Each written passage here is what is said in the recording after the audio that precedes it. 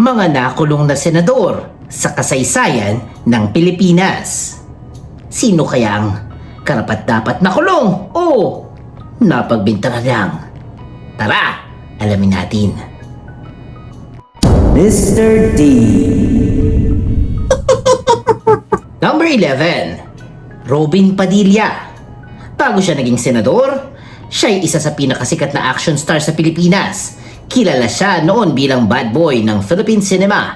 Pero sa likod ng kanyang matapang na image sa pelikula, dumaan din siya sa totoong pagkakakulong. Noong 1994, na-convict si Robin Padilla dahil sa illegal possession of firearms. Ayon sa Supreme Court record, ang kaso ay may kaugnayan sa pagkakasamsam ng mga baril at bala matapos siyang maaresto noong 1992. Nakulong siya sa Nuba Libid Prison at nakalaya noong 1998 matapos bigyan ng conditional pardon ni Pangulong Fidel V. Ramos. Kalaunan, noong 2016, binigyan naman siya ng absolute pardon ni Pangulong Rodrigo Duterte na nagbalik ng kanyang civil at political rights. Ang interesting dito, noong nakakulong siya doon doon niya nakilala ang Islam at kalaunan ay nag-convert siya bilang Muslim gamit ang pangalang Abdul Aziz. Ilang dekada matapos ang kanyang pagkakakulong, tumakbo siya sa Senado at nanalo noong 2022. Kakaiba ang kwento ni Robin. Mula sa pagiging action star, naging convicted prisoner, nakalaya sa pamamagitan ng pardon at bumalik siya showbiz at kalaunan ay naging senador ng Pilipinas. Number 10, Gregorio Gringo Honasan. Bago siya tuluyang pumasok sa politika, kilala na si Honasan bilang isa sa mga mukha ng military uprising noong panahon ng People Power.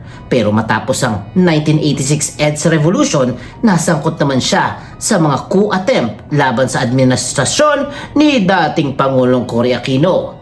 Isa sa pinakadramatikong bahagi ng kanyang buhay ay nang mahuli siya matapos ang 1987 coup attempt. Ayon sa mga tala, nakulong siya sa isang Navy ship sa Manila Bay pero kalaunan ay nakatakas matapos umanong mahikayat ang ilan sa kanyang mga bantay na sumama sa kanya. Noong 2003, habang senador, nadawit din siya sa Oakwood Mutiny case. Sa Supreme Court record, tinukoy na ang kaso laban kay Honasan ay kaugnay ng coup d'etat matapos ang Oakwood incident noong July 27, 2003. Ang kakaiba kay Honasan, mula sa pagiging military rebel, naging senador siya. Mula sa mga akusasyon, may kinalaman sa pag-aalsa, naging bahagi siya ng institusyon na gumagawa ng batas. Para sa marami, siya ay simbolo ng isang panahon sa Pilipinas kung saan ang politika at militar ay halos laging nagtatagpo. Number 9, Claro M. Recto. Isa sa pinakamatalinong mambabata sa kasaysayan ng bansa, tinawag siyang Great Academician or kilala bilang makata, abogado, statesman at nationalist thinker. Pero hindi rin nakaligtas si Recto sa mabigat na paratang noong panahon ng World War II. Sa kasagsagan ng gera, naaresto siya ng mga Amerikano dahil sa suspetsya ng pakikipagtulungan sa mga Hapones. Ayon sa historical accounts, nadawit siya sa collaboration issue pero kalaunan ay nagpatuloy pa rin ang kanyang political career. Ang interesting dito, si Recto ay isa sa mga taong naging kontrobersyal hindi lang dahil sa kanyang political stand, kundi dahil sa komplikadong sitwasyon ng Pilipinas noong panahon ng mga digmaan. Noon, maraming Pilipinong leader ang napipilitang gumalaw sa ilalim ng Japanese occupation at pagkatapos ng gera, malaking tanong ang iniwan. Sino ang totoong collaborator at sino ang simpleng nagsikap mabuhay sa gitna ng okupasyon? Si Recto, sa kabila ng lahat, ay nanatiling isa sa pinakamalakas na boses ng nasyonalismo sa Senado. Number 8, Jovito Salonga. Isa sa mga pinakarespetadong senador ng Pilipinas. Tinawag siyang the nation's fiscalizer dahil kilala siya sa pagiging matapang na bantay ng gobyerno laban sa korupsyon. Pero bago pa siya naging senador, nakaranas na siya ng matinding pagdurusa. Noong Japanese occupation, sumali si Salonga sa resistance movement laban sa mga mananakop. Dahil dito, siya ay nahuli, tinorture at sinintensyahan ng hard labor ng military court. Ayon mismo sa Senate biography niya, siya ay nakapture, tinorture at pinarusahan noong panahon ng Hapon bago siya nakalaya noong 1943. At hindi pa doon natapos ang kanyang karanasan sa detention. Noong martial law, naging kritiko siya ng rehimeng Marcos.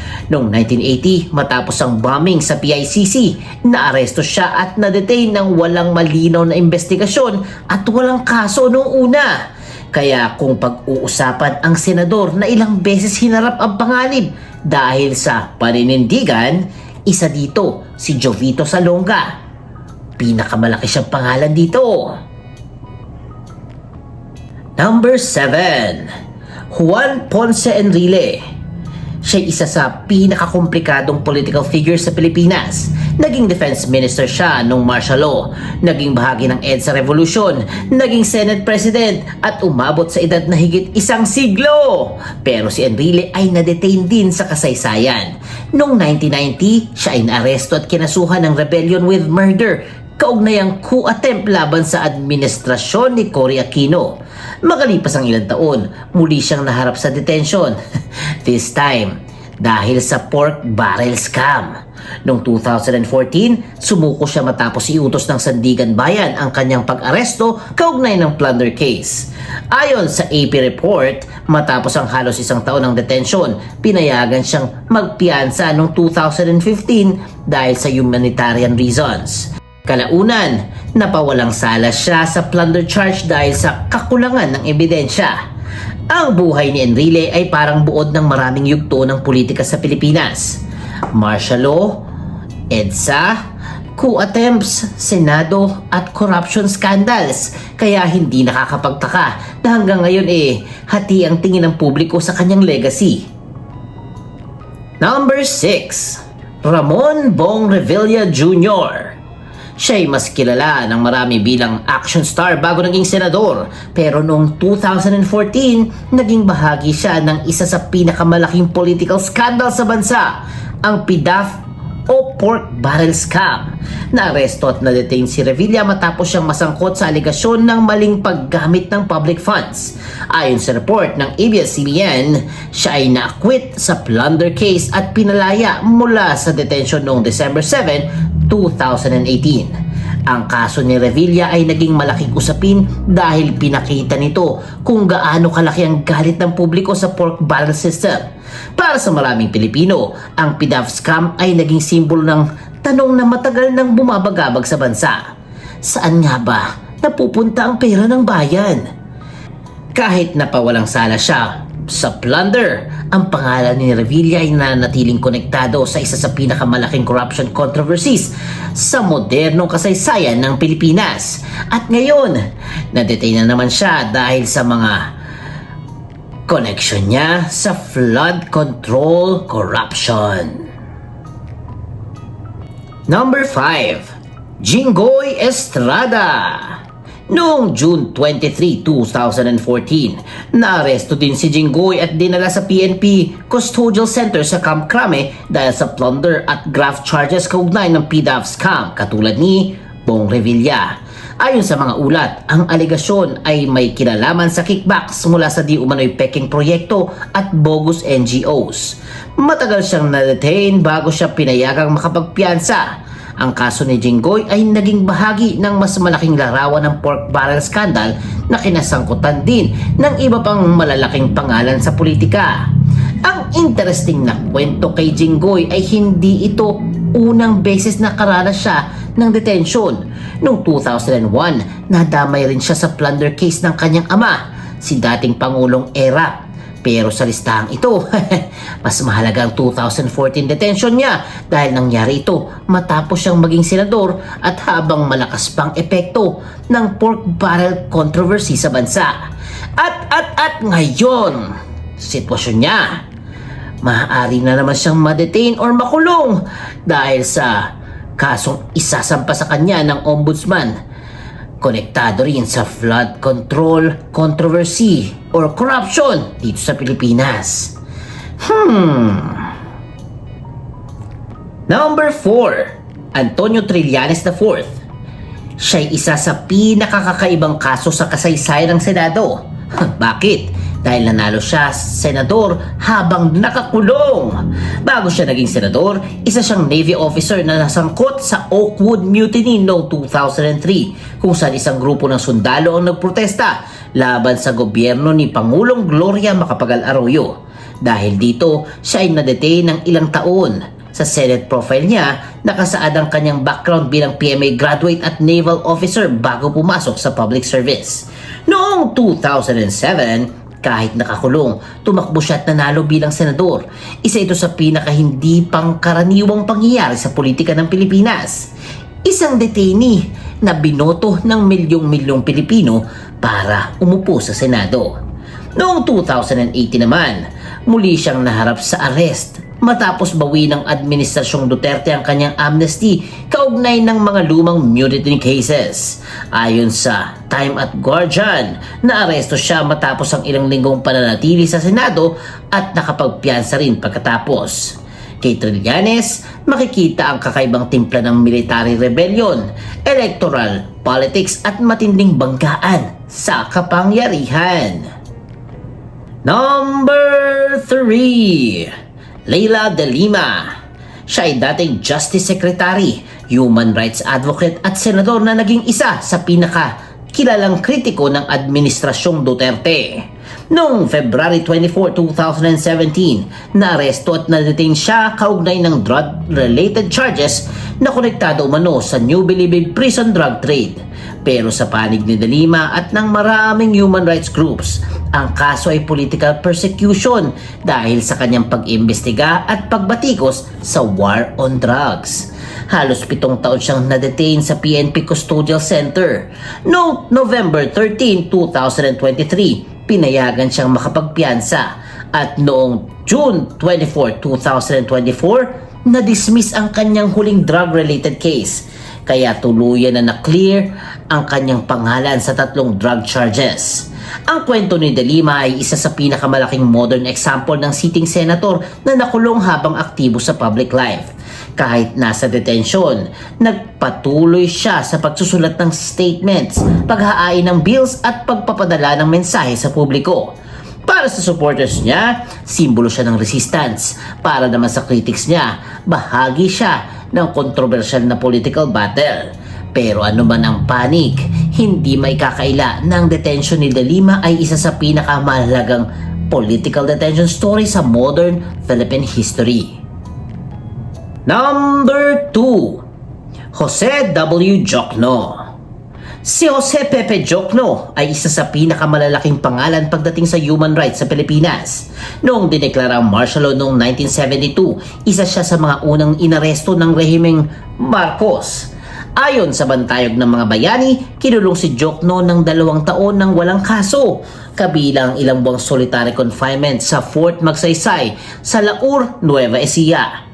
Ang nakakatindi pa dito, nang hulihin siya, isa siyang senador. Wala siyang warrant nung dakpin siya at bigla siyang kinuha mula sa kanyang tahanan. Pagkatapos niyang makalaya noong 1974, hindi siya tumahimik. Sa halip, tinatag niya ang Free Legal Assistance Group o FLAG na tumutulong sa mga political prisoners at biktima ng martial law.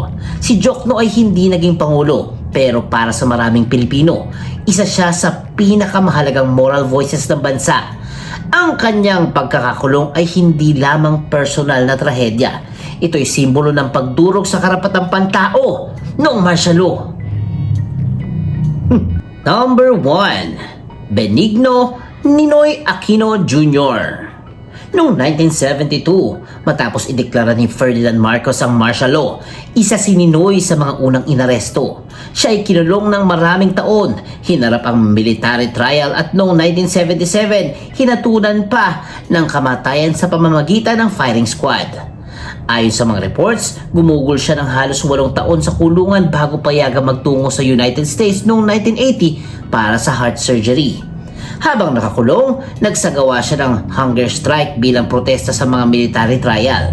At kahit nakakulong, nananatili siyang isa sa pinakamalakas na boses laban sa diktatura. Noong 1983, bumalik siya sa Pilipinas kahit alam niyang delikado. Paglapag niya sa Manila International Airport, siya ay pinaslang. Ang kanyang kamatayan ang naging isa sa mga pinakamalaking dahilan ng pag-alab ng galit ng taong bayan na humantong sa 1986 People Power Revolution. Kaya sa listahang ito, si Ninoy ang number 1 hindi lang dahil nakulong siya bilang senador, kundi dahil ang kanyang pagkakakulong at kamatayan ay nagbago sa takbo ng kasaysayan ng Pilipinas. So, yan ang mga senador na nakulong sa kasaysayan ng Pilipinas. D-Fam, sa tingin nyo, sino ba ang bayani? Sino ba ang kriminal talaga kaya nakulong? Or sino ba ang napagkamalan lang o napagbintangan? Or biktima ng political battles? I-comment nyo naman. At kung may na-miss akong senador na nakulong din, i-comment nyo din at paalala nyo sa akin. At syempre, kung nagustuhan nyo ang ating video for today, please like, share, comment, and subscribe na kay Mr. D. Kasi masayang matuto. The end! Huwag kalimutang i-click ang subscribe button at bell icon ni Mr. D para masaya every day. See you, D-Fam!